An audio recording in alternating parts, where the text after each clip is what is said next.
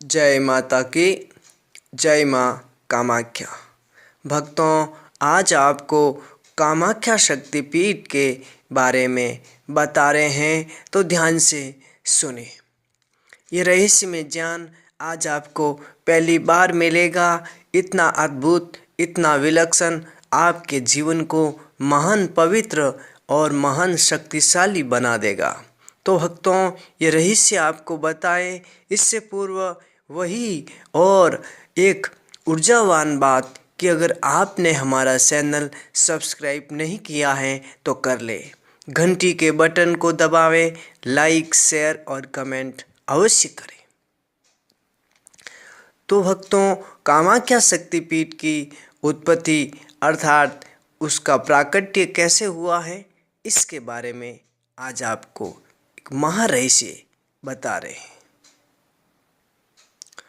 जब शिवजी महादेव सती का शरीर लेकर घूम रहे थे, अंतरिक्ष में विचरण कर रहे थे, और तब उनका योनि भाग जहाँ गिरा वह स्थान कामाख्या, कामरूप माँ कामाक्षा देवी के नाम से प्रसिद्ध हुआ, और वही भगवती त्रिपुर सुंदरी का पवित्र स्थान भी है।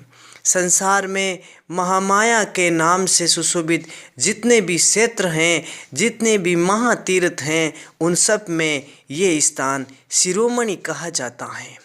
भूतल में इससे बढ़कर देवी का सिद्ध स्थान दूसरा कोई नहीं है।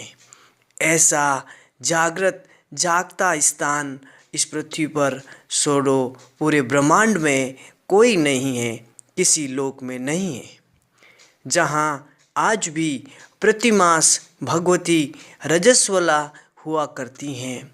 उस समय वहाँ के रहने वाले सभी प्रधान देवता उस पर्वत पर चले जाते हैं और वहीं पर्वत श्रेणियों के रूप में निवास करते हैं।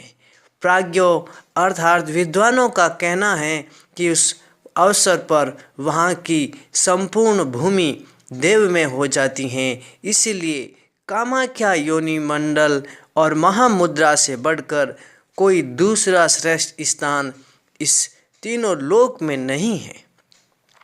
अब भक्तों, ये कामाख्या शक्तिपीठ के बारे में श्रीमद् देवी भागवत पुराण ने जो बताया है वही आपको अब ने सुनाया। इसके आगे शिव पुराण में महादेव कामाख्या शक्तिपीठ के बारे में क्या कह रहे हैं उसे भी ध्यान से सुने।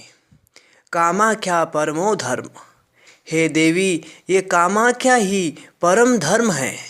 कामाख्या परमो ध्यानम, हे पार्वती ये कामाख्या ही परम ध्यान है। कामाख्या ही परम ज्ञान है। कामाख्या से बढ़कर कोई धर्म नहीं है, कामाख्या से बढ़कर कोई ज्ञान नहीं है, और कामाख्या से बढ़कर कोई ध्यान नहीं है। कामाख्या से बढ़कर कोई तीर्थ नहीं है, कामाख्या से बढ़कर कोई तप नहीं है। जिससे बढ़कर और कोई भी नहीं है उसे सिद्ध पुरुष माँ कामाख्या कहते हैं। और देवी के 51 शक्तिपीठों में सर्वप्रथम जिसका नाम आता है वह कामरूप कामाख्या महातांत्रिक शक्तिपीठ कहलाता है। शिव पुराण में महादेव ने ये ज्ञान बताया है। फिर भक्तों, योगिनी जैसे दिव्य तंत्रों में भी इनका वर्णन है। योगिनी तंत्र में बताया है कि कामाख्या सर्वश्रेष्ठ जो नील पर्वत पर विराजमान है, उस नील पर्वत के ऊपर जब अम्बुबासी का महातांत्रिक पर्व होता है, महातांत्रिक कुंभ होता है, उस समय ब्रह्मांड के स्वर्ग के 33 करोड़ देवी देवता नील पर्वत पर चले आते हैं। इस पृथ्वी पर, इस कोटि ब्रह्मांड में ऐसा कोई सिद्ध, ऐसा कोई देवी देवता नहीं होगा जिसको शक्ति की आवश्यकता नहीं होगी, क्योंकि सभी शक्तियों की उत्पत्ति कामरूप शक्तिपीठ से ही संभव है और वहीं से होती है।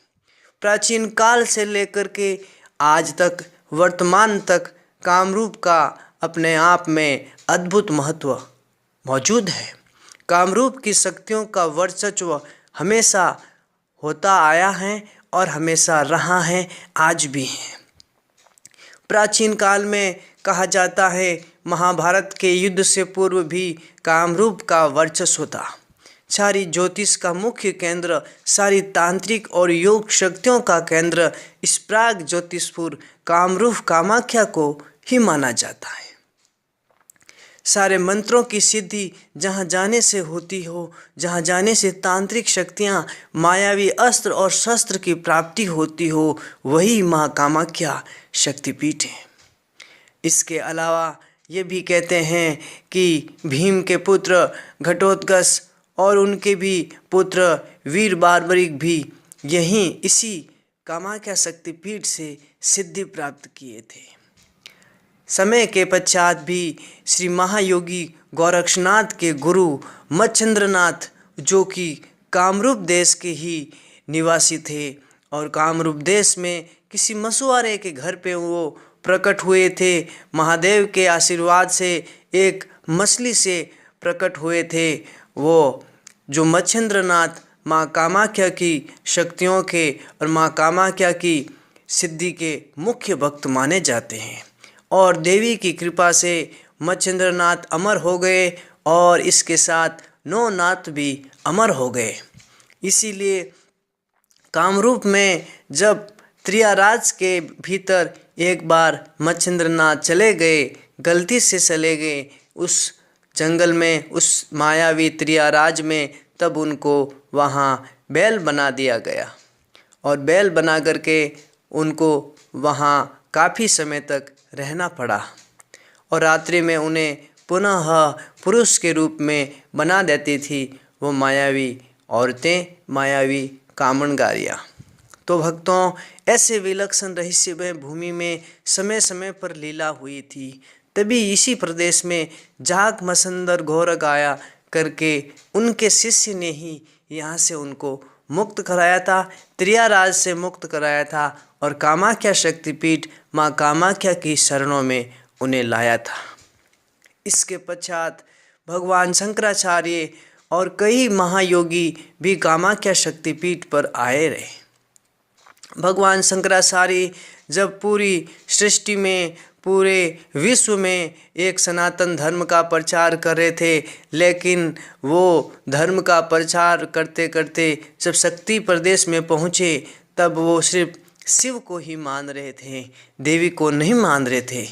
इस शक्ति का अभिप्राय समझते ही माँ कामाख्या शक्तिपीठ पर आते ही उनकी सारी शक्तियाँ उनके शरीर से निकल गई और शरीर से निकलने के पश्चात जब एक छोटी कन्या रूप में माँ कामाख्या प्रकट हुई और उन्हें बोला कि शंकर, आप अपनी एक अंगुली मेरी ओर कर दो, तब हम जाने कि आपके पास योग शक्तियाँ हैं अथवा आपका शास्त्र के ऊपर अधिकार हैं। तो उस समय वो ऐसा करने में समर्थ नहीं हुए, अपनी एक अंगुली भी कामरूप कामाख्या शक्तिपीठ की ओर उठाने में समर्थ नहीं हुए भगवान शंकराचार्य। तब उन्होंने महादेव के अवतार स्वरूप आचार्य शंकराचार्य ने अपनी हार स्वीकार कर माँ कामाख्या की शरण प्राप्त की और उस समय माँ से वरदान भी मिला कि जाओ, अब तुम्हें योग के साथ तंत्र का प्रचार करना है। इसीलिए फिर आचार्य शंकराचार्य ने सौंदर्य लहरी जैसे तांत्रिक ग्रंथों की रचना की और पूरी तरीके से वो एक सिद्ध तांत्रिक के रूप में उनकी ऊपर कृपा हुई माँ कामाख्या शक्तिपीठ में। इसका थोड़ा सा वर्णन आपको दुर्गा चालीसा में इसका प्रमाण मिलेगा। दुर्गा चालीसा की कुछ पंक्तियाँ आपको हम बता रहे हैं। शंकरज असरज तप कीनो, काम क्रोध अरु जीत सब लीनो, निस दिन ध्यान धरो शंकर को, काहू काल नहीं सुमिरो तुमको। शक्ति रूप को मर्म न पायो, शक्ति गई तब अति पछतायो, शरणागत हुई कीर्ति बकानी, जय जय जय जगदम्ब भवानी। भई प्रश्न आदि जगदम्बा, दीन शक्ति न की न विलंबा। ये दुर्गा चालीसा का प्रमाण है। जब आचार्य शंकराचार्य की संपूर्ण शक्तियाँ उनके शरीर से चली गई और जब माँ की वो शरण में हुए तब उनको वापस उनकी शक्तियाँ कामरूप शक्तिपीठ से प्राप्त हुई। तो इतिहास के अंदर भगवान बुद्ध का भी माँ कामाख्या शक्तिपीठ पर आने और उनकी कृपा प्राप्त करने के प्रमाण मौजूद हैं। फिर भक्तों ये भी देखें कि जो ब्रह्म ऋषि वशिष्ठ भी माँ के शरण में आए थे, जो आज भी अजर अमर हैं, और जो भगवान राम के गुरु श्री विश्वामित्र जो आज भी अजर अमर हैं, वो भी माँ कामाख्या शक्तिपीठ के जंगलों में आज भी तप कर रहे हैं। ऐसा रहस्यमय शक्तिपीठ इस ब्रह्मांड में न कोई हुआ है न कोई होगा। अधिक तो क्या कहें कि समय समय पर यहाँ सिद्धों का, ब्रह्मांड में जितने भी सिद्ध हुए हैं, उनको कामरूप शक्तिपीठ उनका संबंध जरूर रहा है। समय के अंतर के पश्चात अगर हम देखें तो स्वामी विवेकानंद भी कामाख्या शक्तिपीठ पर आए थे। महासमाधि से 1 या 2 वर्ष पूर्व वो शक्तिपीठ पर माँ की शरण में आए थे। उस समय उनके वचन थे कि परमात्मा जिनकी दृष्टि से उत्पन्न होते हैं, उस माँ कामाख्या की मैं शरण में हूँ। आज भी कामाख्या शक्तिपीठ पर हम जाते हैं तो शक्तिपीठ के ठीक सामने श्री स्वामी विवेकानंद जी की मूर्ति स्थापित है। जब वो वहाँ आए थे उस समय से ज्ञानगंज हिमालय के महासिद्ध श्री ज्ञानगंज और गंध बाबा नाम से मशहूर श्री विशुद्धानंद परमहंस भी कामरूप कामाख्या शक्तिपीठ पर अपनी शक्तियाँ प्राप्त करने के लिए यहाँ आए थे। कहते हैं कि 1935 में भारत में नहीं विश्व में एकमात्र ऐसे योगी थे जो ज्ञानगंज के गंध बाबा इच्छा मात्र से जब चाहे तब आकाश में उड़ जाते थे हजारों लोगों के सामने। जब चाहे तब कोई भी रूप धारण कर लेते थे हजारों लोगों के सामने। अपने नाभि से भगवान विष्णु की तरह वो भी कमल निकालने में समर्थ थे, ये भी हजारों लोगों के सामने। वो वैसे गंध बाबा दिव्य शक्तियों से परिपूरित, अपने शरीर को हनुमान की तरह, चींटी की तरह बनाने की शक्ति रखने वाले और उसका काशी में प्रदर्शन करने वाले गंध बाबा भी माँ कामाख्या के दर्शन करने हेतु कामरूप शक्तिपीठ में आए थे और माँ की कृपा से उनकी भी इच्छा पूरी हुई। और उस समय उन्होंने एक वचन वहाँ पर बताया था कि ज्ञानगंज के सारे सिद्ध अम्बुबासी में माँ कामाख्या के दर्शन हेतु आते हैं। इसके पश्चात भक्तों महान से महान तांत्रिक का संबंध इस शक्तिपीठ से रहा है, क्योंकि कामाख्या की कृपा के बिना कोई भी तांत्रिक साधना न कभी सफल हुई है न होगी। लेकिन कामाख्या की कृपा हो जाए तो वहाँ के दर्शन मात्र से तंत्र मंत्र और यंत्र सिद्ध हो जाते हैं। वर्तमान में श्री योगीराज नरेंद्र भाई मोदी भारत के सम्मान्य प्रधानमंत्री भी माँ कामाख्या के परम भक्त हैं। ये बात जब वो प्रधानमंत्री नहीं थे तभी भी माँ कामाख्या शक्तिपीठ पर साधना के लिए आते रहे हैं और प्रधानमंत्री बनने के बाद भी माँ कामाख्या की एकांत और अटूट भक्ति आप और हमसे अत्यंत ज़्यादा है।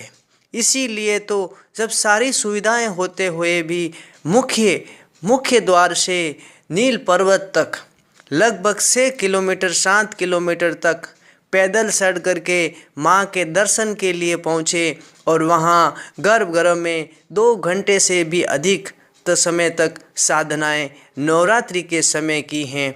ऐसे हमारे नरेंद्र भाई मोदी की शक्तियों के पीछे भी माँ कामाख्या की ही शक्ति हैं, इसीलिए वो आज एक विश्वविख्यात बन रहे हैं। तो भक्तों आप सभी को हृदय से जय माता की, जय माँ कामरूप, जय कामाख्या, जय नील पर्वत।